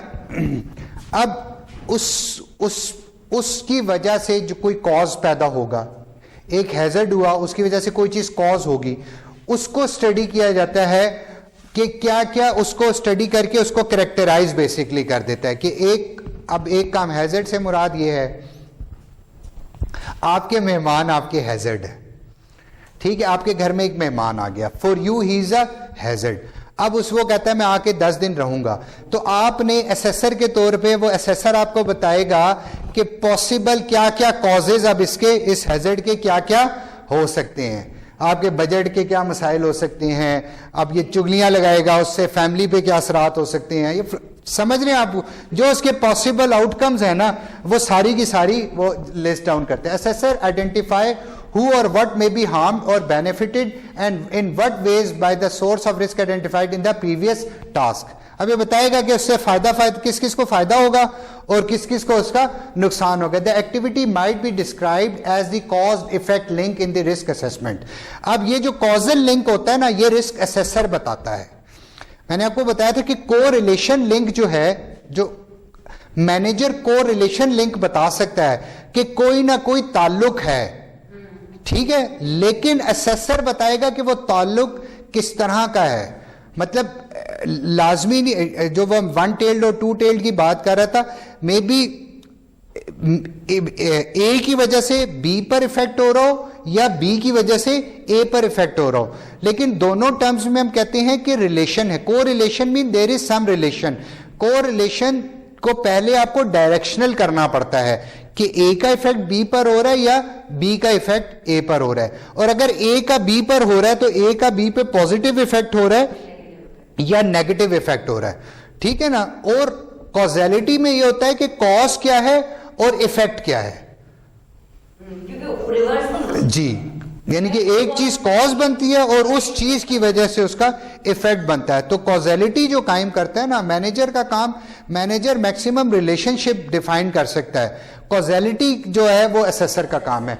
Number 1, what undesirable effect do the hazards have. Number 1 वो ये देखते हैं, and what desirable effects might be opportunity offer. ठीक है, यानी कि क्या क्या पॉसिबिलिटीज हो सकती हैं.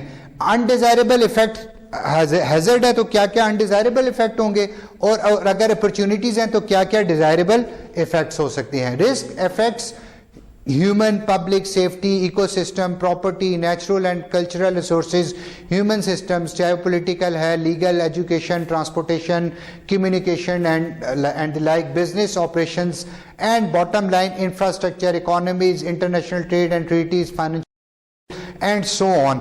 ये वो सारी पॉसिबिलिटीज हैं. जब आप रिस्क, ये सब नहीं आनी, इनमें से कोई 1 या 2 या 4, यानी कि आप जब हैजर्ड को देखते हैं तो आप ये देखते हैं कि हैजर्ड से क्या क्या चीजें इफेक्ट हो सकती हैं. या आप अपॉर्चुनिटी देखते हैं तो आप देखते हैं कि अपॉर्चुनिटी से क्या क्या चीजों को फायदा हो सकता है.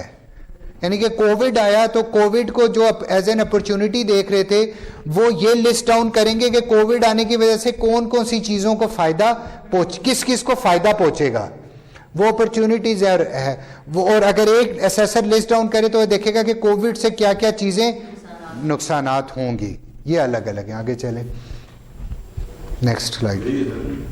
अच्छा, carefully identifying the consequence and linking them to the hazard and opportunities is an essential early step in any risk assessment.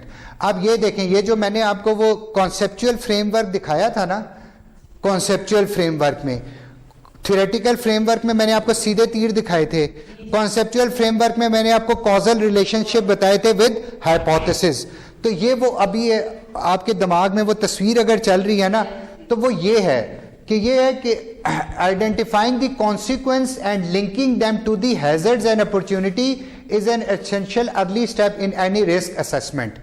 तो ये वो काम यहां पर शुरू होता है, वो जो सारे लिंकेजेस बनते हैं ना, कॉजल लिंकेजेस, वो यहां पर बन जाते हैं। The consequence of most important should already be reflected in the 3 pieces of paper developed by risk manager before the risk assessment was initiated. Consequence may be characterized qualitatively or quantitatively, no matter which type of characterization is used. It is essential to catalog the significant uncertainties encountered in describing and linking the consequence to the source, hazards and opportunities. देखें, वो जो आपकी characterisation होती है, अगर आप उनको in terms of इस तरह करेक्टराइज कर रहे हैं, लेट से एक करेक्टराइजेशन में यूं करता हूं कि वो स्टूडेंट जिसके 60% से कम मार्क्स हैं, वो स्टूडेंट जिसके 60 से 70 के दरमियान है, वो स्टूडेंट जिनके 70 से ज्यादा हैं, ये करेक्टराइजेशन है क्वांटिटेटिव।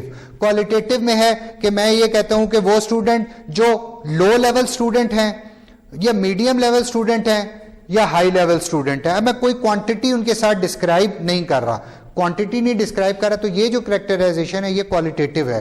तो करेक्टराइजेशन जब वो अपॉर्चुनिटीज या हैजर्ड्स की होती हैं, वो क्वांटिटेटिवली भी हो सकती हैं और क्वालिटेटिव भी हो सकती हैं। लो लेवल को पकड़ेंगे कैसे आप? ये लो लेवल या हाई लेवल कितना हो सकता है? अब उसमें वो उसके पकड़ने के 2 तरीके हैं। जब उसको क्वांटिफाई करने के लिए आते हैं तो वो क्वालिटेटिव से निकल जाता है, फिर उसके लिए आप कुछ क्वेश्चंस प्रिपेयर करते हैं, वो भी क्वालिटेटिव है। वो आप उसको कुछ उसके रिस्पॉन्सेस से, उनको रिस्पॉन्सेस से आप बताते हैं उसके हिसाब से। Effective managing a risk requires a broad understanding of the relevant losses, harm, consequences and potential gains to all interested and affected parties. आगे चलें। अच्छा, अब ये देखें, लाइक्लीहुड असेसमेंट जो है ना, उसमें probability is the most common language of uncertainty. देखिए, जब आप अनसर्टेनिटी को हैंडलिंग करते हैं, अगर आप जब भी आप प्रोबेबिलिटी को आप पढ़ेंगे, आपको अंदाजा हो जाएगा कि अनसर्टेनिटीज को हैंडल करने के लिए जो सबसे इफेक्टिव वे है या सबसे जो कॉमन वे है, वो that is the probability assessment. ठीक है ना? तो probability is your first option. जब उसके पास अनसर्टेनिटीज असेसर के पास आ जाती हैं, तो अगर उसने मैथमेटिकल टर्म्स में उनको असेस करना है, तो he would go for the probability. Probability is the most common language of uncertainty, दस qualitatively or quantitatively assessing the probability likelihood of the various adverse and beneficial consequences associated with the identified risk is necessary for the risk assessment. अब ये जो इसके बाद जो अब मैंने यहाँ ये देखें, ये पिछली बात थी, आपको मैंने क्या बताया था? Conceptual framework, causal relationship. Causal relationship के बाद जब वो एनालिसिस करने आएगा ना, देखिए एनालिसिस आपको रिस्क मैनेजमेंट में जब वो आपको क्वांटिटेटिव एनालिसिस करके उसने जब भी देना होगा ना, क्वांटिटेटिव एनालिसिस, तो उसको किस पे जाना पड़ेगा? उसको प्रोबेबिलिस्टिक एनालिसिस उसको रन करने पड़ेंगे, उसको कॉजल रिलेशनशिप रन करनी पड़ेगी, उसको जो है रिग्रेशन एनालिसिस रन करने पड़ेंगे, उसको को रिलेशन एनालिसिस रन करने पड़ेंगे, उसको स्ट्रक्चरल इक्वेशन मॉडलिंग करनी पड़ेगी, उसको पार्शियल लीस्ट स्क्वायर लगाना पड़ेगा, उसको कोई एक्सप्लोरेटरी फैक्टर एनालिसिस, कोई कंफर्मेटरी फैक्टर एनालिसिस, ठीक है ना, कोई उसको डिस्क्रिमिनेंट वैलिडिटी, मतलब there is a long list, partial least square लगा देगा। लेकिन ये सारे का सारा वो जब डाटा से खेलेगा, वो एनालिसिस करेगा, वो इस जगह पर जाकर होंगे, यहां पर जाकर, और वो असेसर ने करने हैं, वो मैनेजर के बस की बात नहीं है। असल काम असेसर का ये था, कॉजेलिटी कायम कर देना, ठीक है ना, और उसके बाद उनको रियलाइज कर देना। Okay, risk cannot be directly observed or measured because there are all potential outcomes that may or may not occur. Uncertain occurrence is a necessary but not sufficient condition for risk. An undesirable outcome is the other necessary condition. ये बात समझ आई है? Uncertain occurrence is a necessary but not sufficient condition for risk. देखें, रिस्क के लिए सिर्फ uncertainty ही अकेली चीज नहीं है, but an undesirable outcome is the other necessary condition. दूसरी चीज ये हो सकती है कि आपकी कोई अनडिजायरेबल कंडीशन क्या क्या आ सकती है। This is also very important thing to know. Risk assessor analyze the manner in which the undesirable consequences of hazard or the desirable consequences of opportunity occur, so they can characterize the likelihood of the sequence of events that produce these outcomes. यानी कि देखिए sequence of events में क्या होता है, आप ये कहते हैं, फर्ज करें आप ये कहते हैं कि A की वजह से B और C आ सकते हैं और B की वजह से D E और F आएंगे और C की वजह से G H और Q आएंगे, ठीक है, और D E मिलकर P बना सकते हैं, ठीक है, F की वजह से जो है ना Q बन सकता है और इन तीन की वजह से R बन सकते हैं और P Q और R मिलकर X बना सकते हैं और ये आपकी डिजायर आउटकम है। तो इससे ये बनने, वो आपको असेसर बता रहा है कि इससे ये बनने के चांसेस 80% हैं, ये चांसेस 98% हैं, यहाँ से ये चांसेस 75% हैं, ये चांसेस 40% है, ये चांसेस 80% है, ये इतने हैं, ये इसका लाइकलीहुड ऐसे है और यहाँ से यहाँ तक आने के ये सब कुछ हो जाने के चांसेस 45.58 लाइकलीहुड है। तो आपको अब ये पता चल रहा है कि मैंने अगर A से X पे जाना है तो किस जगह क्या चीज होने का क्या लाइकलीहुड है और मैं इधर से इधर पहुंचने के मेरे सक्सेस रेट क्या है। अगर ये अपॉर्चुनिटी है तो ये अपॉर्चुनिटी हासिल करने का क्या लाइकलीहुड है और अगर ये हैजर्ड है तो इससे बचने का क्या लाइकलीहुड है। समझ रहे हैं आप बात को। रिस्क, अच्छा ओके आगे चलें। Likelihood, assess the likelihood of the consequence associated with the identified risk can often be aided by developing a risk hypothesis। ये हम बात कर रहे हैं, हम क्या कर देते हैं, risk hypothesis बना देते हैं। A risk hypothesis is a model or scenario that credibly explain how the source of the risk can lead to the consequence of concern by identifying the appropriate sequence of uncertain events that must occur for it happen। अब hypothesis development में आप क्या करते हैं, कोई example आप दे सकते हैं मुझे hypothesis का? कोई hypothesis बताएं। सारे स्टूडेंट पास हो जाएंगे।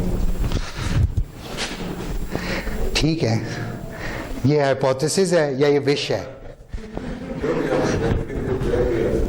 देखिए, एक हाइपोथेसिस है कि the knowledge of employees knowledge have a positive significant effect on employees outcome, ठीक है ना।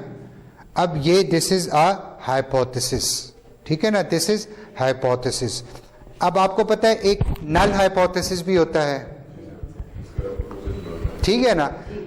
तो जो असेसमेंट में दोनों के ऊपर काम का हो रहा होता है, ठीक है ना, इस पर भी हो रहा है और आपका नल के ऊपर भी काम हो रहा है। The likelihood assessment कैरेक्टराइजेस the chances of that sequence of events occurring, ये बता रहा हूं, the chances of sequence of events occurring.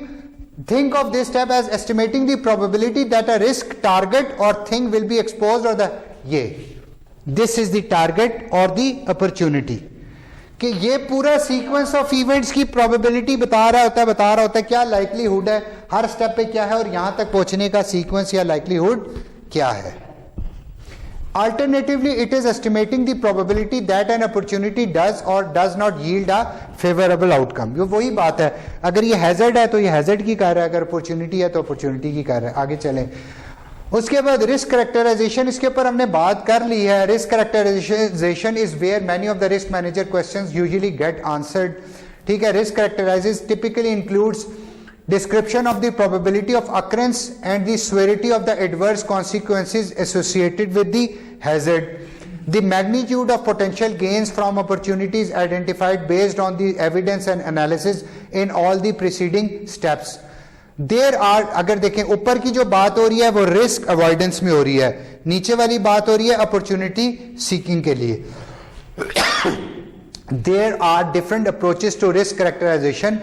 The choice of an approach depends on the needs, objectives and questions of the risk manager. Any good risk characterization will convert the scientific evidence based into a statement of risk that answer the manager's questions. Characterization include one or more estimates of risk and their accompanying risk description. A risk estimate is an estimate of the likelihood and severity of the adverse effect or opportunity which will address key attending uncertainties. Quantitative estimates से होते हैं, उसमें क्या होता है, are numerical in nature and are usually preferred over narrative qualitative estimates. Risk estimates should include all the relevant aspects of the risk which may encompass existing, future, historical, reduced, residual, new, transformed and transfer risk. सारा कुछ assessor आपको बताता है. ये जब आप ये सारी डेफिनेशन पढ़ेंगे फिर आपको मजीद समझ आ जाएगी. ठीक है, ये चीज किस में आ रही है, रिस्क एस्टिमेशन में. ठीक है ना. Characterization include one or more estimate of risk and their accompanying risk description. देखिए दो चीज होती हैं, एक होता है रिस्क एस्टिमेट और एक चीज होती है रिस्क डिस्क्रिप्शन. रिस्क एस्टिमेट क्या होता है? A risk estimate is an estimate of the likelihood and severity of the adverse effect or opportunities with which address key attending uncertainties. ठीक है, ये आपका likelihood बताता है. Quantitative estimates are numerical in nature and usually preferred over narrative quality estimates. Risk estimates should include all, ये तो हमने बात कर ली. और risk description क्या बताता है? A risk description is a narrative explanation and depiction of a risk that bounds and defines a risk for decision making purpose. The story that accompanies the risk estimate is what places it in a proper context for risk managers and others to understand. जो वो narration पूरी देता है वो description है. आखिर में वो पूरी चीज को डिस्क्राइब करके बताता है कि सिनेरियो क्या है, आपके हैजर्ड क्या क्या हो सकते हैं, आपकी अपॉर्चुनिटीज क्या क्या हो सकती हैं, उनके लाइकलीहुड क्या क्या हो सकते हैं, उनके पॉसिबल कॉन्सिक्वेंसेस क्या क्या हो सकते हैं. पूरा जब वो नरेट करता है तो वो last description is the last, वो पूरा बना के दे देता है. और जब वो एस्टिमेट होता है उसको वो क्वांटिटेटिवली बताता है. अच्छा, assess the effectiveness of RMOs. In most cases, risk assessor will be asked to estimate the risk reduction attributable to the risk management option under consideration. देखिए ये जो मैंने आपसे बात की थी, RMOs जब आप बना लेते हैं उन RMOs के साथ भी तो रिस्क लगा हुआ है. आपने RMO 1 बनाया, RMO 2 बनाया, आपने RMO 3 बनाया, हर RMO के साथ भी तो कोई रिस्क है. तो उस RMOs के जो रिस्क को असेस करता है वो असेसर करता है. ठीक है. इन सम सिचुएशन असेसर्स और other may be asked for additional evaluation of the RMOs along with the evaluation of the RMO efficacy. RMO कौन सिलेक्ट करता है? मैनेजर. लेकिन उसको असेस और एवेल्युएट, मैनेजर भी असेस और एवेल्युएट करता है, लेकिन उसकी काउंटर एवेल्युएशन कौन करता है? असेसर करता है. ठीक है. These evaluation might include economic cost and benefits, environmental impacts, social impacts, legal ramifications and the like. Typically, the existing level of risk is assessed, and if it is judged to be unacceptable, it will be reduced to a tolerable level. If it cannot be eliminated, ये हम बात पढ़ चुके हैं. Often the unspoken default level of tolerable risk is as low as reasonably achievable. ये भी हमने बात की है. ठीक है. In other instances, risks are reduced to the point where the cost of further reduction clearly outweighs the benefits of additional risk reduction. एक आपको पता चल जाती है कि अगर इससे ज्यादा रिस्क को कम करने की कोशिश की तो बस एक जगह आपका थ्रेशोल्ड आ जाता है. आप कहते हैं इससे ज्यादा अगर करने की कोशिश की तो फिर जो अपॉर्चुनिटीज हैं वो हमारे उससे निकल जाती हैं. In some instances, RMOs will be reasonably well formulated at the time that the risk assessment is initiated. अब आपने देखा है कि बाज के, अब ये RMO वाला स्टेप एंड पे आना था, बाज में RMO को रिस्क असेसमेंट के स्टार्ट से ही स्टार्ट करवा देते हैं. इसलिए मैं कह रहा हूं कि ये सीक्वेंस फॉलो नहीं होता. In other situations, due to iterative nature of risk analysis science, RMOs may not even be identified until well after the risk assessment has begun. In other cases, it may not even be appropriate to begin the formulate RMOs until after the risk has been initially assessed and judged to be unacceptable. यानी कि ये शुरू में भी हो सकती है, ये दरमियान में भी हो सकती है और ये आखिर में भी हो सकती है. For these reasons, this RMO assessment step often considered as an integral part of the risk categorization in some description of risk assessment is separated out here. अच्छा, communicate uncertainty. Communicate uncertainty क्या है? It is not enough for the risk assessor to identify and investigate the significance of the instrumental uncertainties identified throughout the risk assessment. They must communicate its significance for decision making to risk manager. ठीक है? Methodologies for effective conveying information about what is known with certainty and which remains uncertain. Uncertainties could affect the risk characterization or the answer to the risk manager questions needed to be developed and carried out. Characterizing the significance of the uncertainties in a risk assessment is critical to informed decision making. Uncertainty forces decision makers to judge how probable it is that risk will be overestimated or underestimated. इसकी भी आपने probability निकालनी होती है कि over estimation की क्या probability है या अंडर एस्टिमेशन की क्या. This is important for the risk manager to understand as they determine the need for any appropriate choice of an RMO. ठीक है, अब इसमें से देखें जो इंपॉर्टेंट बात है ना, अगेन वो हम चले जाते हैं हर बात में मेथोडोलॉजी पे. अब इंस्ट्रूमेंटल अनसर्टेनिटी क्या होती है? किसी ने मुझसे सवाल नहीं किया. मेरा ये ख्याल था जब मैं जुमला पढ़ूंगा ना तो आप मुझसे पूछेंगे सर अनसर्टेनिटी तो समझ आ गई है, इंस्ट्रूमेंटल अनसर्टेनिटी क्या होती है? लिखें ये उसका part B. What is instrumental uncertainty?